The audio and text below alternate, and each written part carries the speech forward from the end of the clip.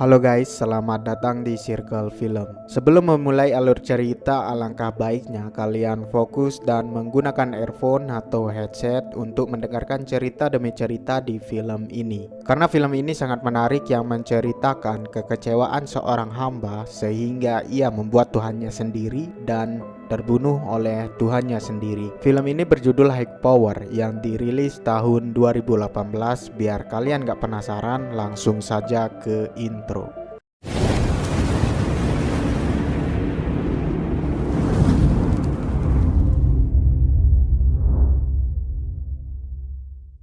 Awal film, kita langsung tertuju pada Michael Swafford yang sedang menjelaskan bahwa ada sebuah bintang di galaksi Bima Sakti yang baru saja meledak. Ledakan bintang tersebut memancarkan gamma kuat yang sangat dahsyat dan pancaran dari ledakan tersebut mengarah ke arah bumi yang dimana tempat kita hidup saat ini. Karena kejadian itu, umat manusia akan bersiap untuk kiamat. Sisi lain kita tertuju pada seorang profesor yang sedang melakukan eksperimen untuk membuat manusia menjadi semakin kuat dari manusia pada umumnya. Sepertinya profesor tersebut menerima pesan dari seorang misterius yang mendukung eksperimennya.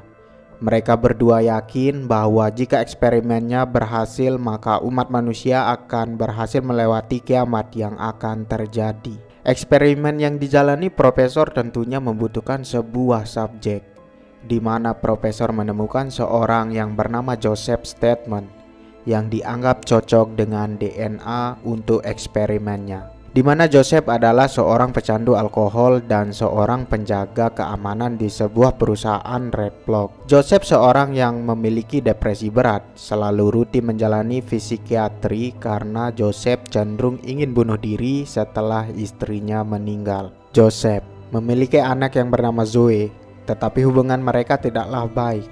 Masalahnya, Zoe selalu menuduh Joseph atas kepergian ibunya. Zoe berpikir Joseph tak mampu menjaga ibunya dengan baik. Setelah ibunya meninggal, Zoe memilih untuk meninggalkan ayahnya dan lebih memilih tinggal dengan pacarnya yang seorang astrofisikawan, Michael Swafford. Joseph juga memiliki anak selain Zoe, dia adalah Rhea.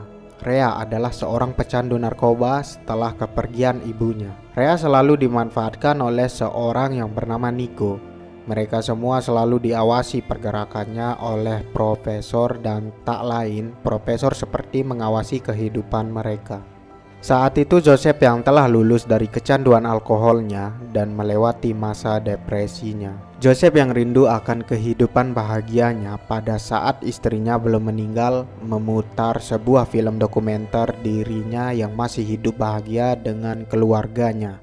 Joseph ingin memperbaiki hubungannya dengan Zoe, anaknya yang telah lama ia rindukan. Joseph saat itu yang bertemu dengan Zoe, berniat ingin memberinya hadiah dan menjelaskan bahwa dirinya telah bebas dari alkohol. Tapi tampaknya Zoe tidak begitu senang dengan kehadiran Joseph di sana. Michael yang berniat ingin melerai justru terkena imbasnya oleh Joseph. Karena Joseph masih belum memiliki emosi yang stabil. Michael yang terkena pukulan oleh Joseph membuat Zoe semakin membencinya. Usaha Joseph tidak hanya itu. Ia mencoba menghubungi anak keduanya yang bernama Rhea. Ia sengaja menghubungi Rhea untuk memperbaiki hubungannya. Namun, Joseph tak menerima balasan apapun dari Rhea. Joseph yang kecewa dengan keadaan membuat dirinya meminum alkohol lagi dan mengingat kembali istrinya. Joseph yang telah berjanji pada istrinya akan menjaga keluarganya. Namun tak seperti kenyataan, Joseph telah gagal melakukannya. Di tengah keterpurukan Joseph, tiba-tiba saja di belakang kursi ada orang misterius yang berusaha membuat Joseph tak sadarkan diri. Orang tersebut adalah suruhan profesor, di mana Joseph akan dijadikan bahan percobaan untuk eksperimennya. Sebuah chips yang ditanamkan ke mata Joseph, hal itu berguna untuk berkomunikasi dengan sang profesor. Ibaratnya profesor saat ini mampu menginstruksikan apapun kepada Joseph. Joseph yang terbangun saat itu diperintahkan untuk mengambil pistol dan membunuh wanita yang di hadapannya. Awalnya Joseph menolak, tetapi profesor mengancam Joseph membunuh kedua putrinya. dan akhirnya mengikuti perintah sang profesor. Namun ternyata saat Joseph akan menembak perempuan tersebut, pistol yang digunakan Joseph tak berpeluru. Dan ternyata perempuan ini adalah suruhan dari profesor itu sendiri. Setelah kejadian itu, Joseph yang mendapatkan perintah dari profesor untuk menyusup ke rumah Charles, di mana Charles adalah bos dari perusahaan tempat Joseph bekerja saat ini. Joseph diperintahkan untuk membuka laptop Charles yang ada di dalam brankas. Kemudian Joseph diperintahkan untuk memindai sidik jari di laptop tersebut. Ternyata DNA Joseph dan DNA-nya yang sangat cocok untuk eksperimen sang profesor. Saat pemrosesan transfer data dengan sidik jari, Charles memukul Joseph dan mengambil alih senjata milik Joseph. Charles yang hampir membunuh Joseph, akhirnya Joseph mengakui dirinya adalah petugas keamanan di perusahaan Red Block. Charles yang melihat adanya chip di dalam mata Joseph mengetahui siapa dalang di balik semua ini.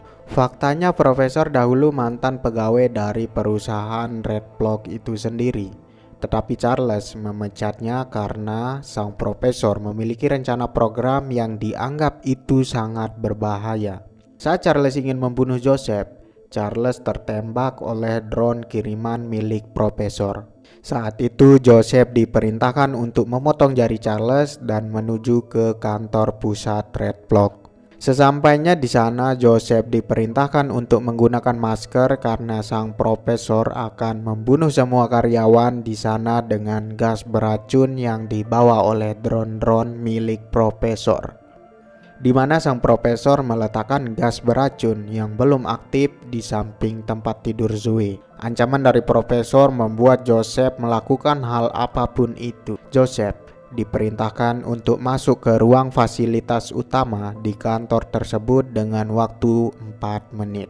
Joseph yang takut akan putrinya terbunuh membuatnya melakukan tugas dengan sigap. Joseph memanfaatkan jari milik Charles yang telah ia potong dan mengarahkannya ke generator yang cukup besar. Profesor memerintahkan Joseph untuk masuk ke dalam generator tersebut. Saat Joseph masuk ke dalam generator, tiba-tiba generator itu aktif.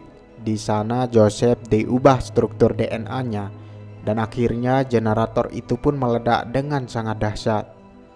Tentunya profesor sangat senang dengan kejadian itu dan langsung melaporkan kepada temannya bahwa eksperimennya telah berhasil.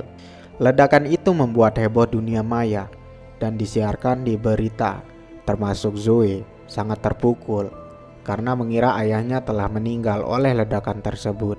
Padahal di sini Joseph masih hidup. Misteriusnya tiba-tiba Joseph berada pada kamarnya. Dia tertutup oleh aluminium coil. Dan tentunya Joseph berbeda dengan manusia pada umumnya sekarang. Ia tiba-tiba memiliki kekuatan super yang mampu meruntuhkan tembok dengan sangat mudah ketika ia sedang marah. Sang profesor memerintahkan Joseph untuk mendatangi tempat dengan kurun waktu 15 menit jika ingin anaknya selamat. Joseph yang memiliki emosi yang tak stabil, memanas dan membuat motor yang ada di sampingnya menyala dengan sendirinya. Sang profesor menyuruh Joseph menggunakan motor tersebut dan menuju ke sebuah rumah bordir di mana Nico berada. Nico adalah seorang germo yang membuat Rhea kecanduan narkoba. Pada saat Joseph tiba di sana, Nico berhasil melawan Joseph dan Joseph ditahan oleh Nico.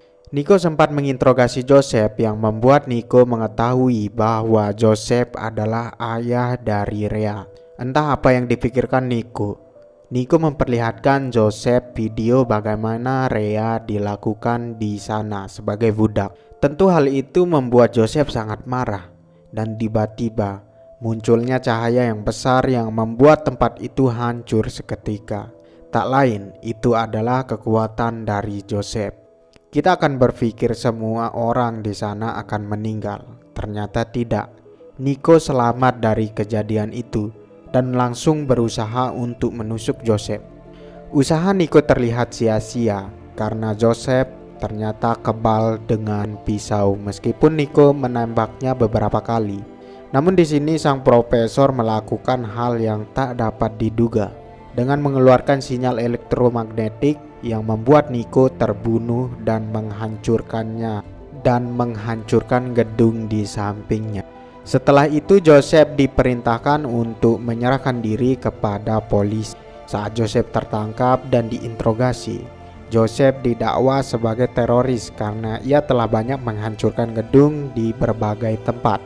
Namun sang profesor memerintahkan kepada Joseph untuk mengatakan pada polisi bahwa ia telah menanam bom di sebuah kapal, di mana polisi saat itu seketika panik dan langsung menuju ke kapal yang dimaksud Joseph. Entah apa yang dipikirkan profesor, ia langsung memberi tugas kepada Joseph untuk menuju ke sebuah kapal tersebut sebelum polisi tiba di sana.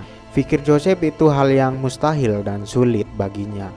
Tentu jika Joseph gagal melakukannya, maka polisi dan 20.000 orang lainnya akan menjadi korban oleh ledakan bom tersebut. Tak ada pilihan lain. Joseph saat itu berusaha kabur dan mencuri mobil polisi untuk menuju ke kapal tersebut. Sesampainya di tengah perjalanan, Joseph merubah dirinya menjadi cahaya yang mampu meledak dengan sangat dahsyat dan mampu bergerak sesuai kecepatan cahaya. Tentu media di sana menyiarkan kejadian ini, yang membuat Zoe sadar akan ayahnya yang masih hidup. Saat itu juga Zoe dan Michael didatangi orang-orang misterius yang menculiknya. Sisi lain, polisi yang sudah tiba di kalangan kapal dan langsung mencari bom yang dimaksud Joseph. Dengan sigap, Joseph langsung membawa kontainer bom menuju ke langit dan akhirnya bom tersebut meledak di udara. Namun naas, dengan ledakan tersebut tak sengaja membuat pesawat yang melintas terkena dan kehilangan kendali. Joseph yang tak ingin pesawat itu hancur dengan sigap langsung menyelamatkan pesawat dengan kekuatannya. Setelah kejadian itu, Joseph menuju ke rumah Zoe. Namun ternyata Zoe telah diculik oleh sang profesor. Joseph yang emosi langsung bertindak, di mana ia mengetahui langsung di mana Zoe dan Michael berada, bahkan di mana profesor itu berada. Tak lama Joseph langsung menuju ke tempat profesor tersebut. Ia seperti menggunakan kecepatan gelombang elektromagnetik yang membuat ia langsung berada di depan anaknya dan di hadapan sang profesor yang hendak menembak Zoe. Zoe yang sadar akan ayahnya yang masih hidup. Tak lama ia langsung meminta maaf kepada ayahnya atas apa yang telah ia lakukan kepada ayahnya. Di sini kita akan sedikit terkejut karena ternyata teman dari sang profesor adalah Michael Swafford, di mana sang profesor selalu berdiskusi dengan atas eksperimen yang ia lakukan. Michael yang menyadarinya bahwa sinar gamma dari ledakan bintang yang menyebabkan kiamat akan segera menuju ke bumi. Seketika itu Michael menembak Zoe tepat di hadapan Joseph. Tidak hanya itu, Rhea, anak kedua Joseph yang dibunuh oleh suruhan profesor, membuat Joseph semakin marah dan tak terkendali, sehingga Joseph mengeluarkan sinyal yang mampu menyelimuti bumi. Cahaya itu bahkan sampai luar angkasa yang mengeluarkan elektromagnetik sehingga dapat melindungi bumi dari kiamat yang akan terjadi. Sang profesor yang terjebak dengan pancaran elektromagnetik tersebut mengatakan kalimat terakhir. Dia berkata bahwasanya dirinya mampu untuk menciptakan Tuhannya sendiri. Joseph yang sudah muak dengan profesor langsung seketika membunuhnya. Namun dibalik usaha profesor dan Michael Swafford berhasil pancarkan elektromagnetik yang dipancarkan oleh Joseph mampu melindungi bumi dari kekuatan gamma kuat yang akan menghantam bumi saat itu. Joseph yang mampu menyerap serangan dari gamma kuat supernova yang sebelumnya menjadi ancaman bumi. Di akhir cerita, Joseph mampu menghidupkan kembali anaknya dengan kekuatannya sendiri. Dan di sini kita ketahui Joseph telah menepati janji sang istri untuk menjaga dan berkumpul bersama anak-anaknya kembali. Namun kita diperlihatkan Zoe dan Rhea berpelukan di pinggiran pantai, dan Joseph telah merubah dirinya menjadi wujud yang baru dari keberadaan Tuhan yang telah diciptakan oleh manusia. Dari film ini sih agak membingungkan guys, bagaimana bisa manusia menciptakan Tuhannya sendiri. Dan film ini juga tidak begitu kompleks menjelaskan DNA apa yang mampu membuat Joseph memiliki kekuatan seperti Tuhan yang mereka maksud. Semoga kalian terhibur. See you guys di film berikutnya.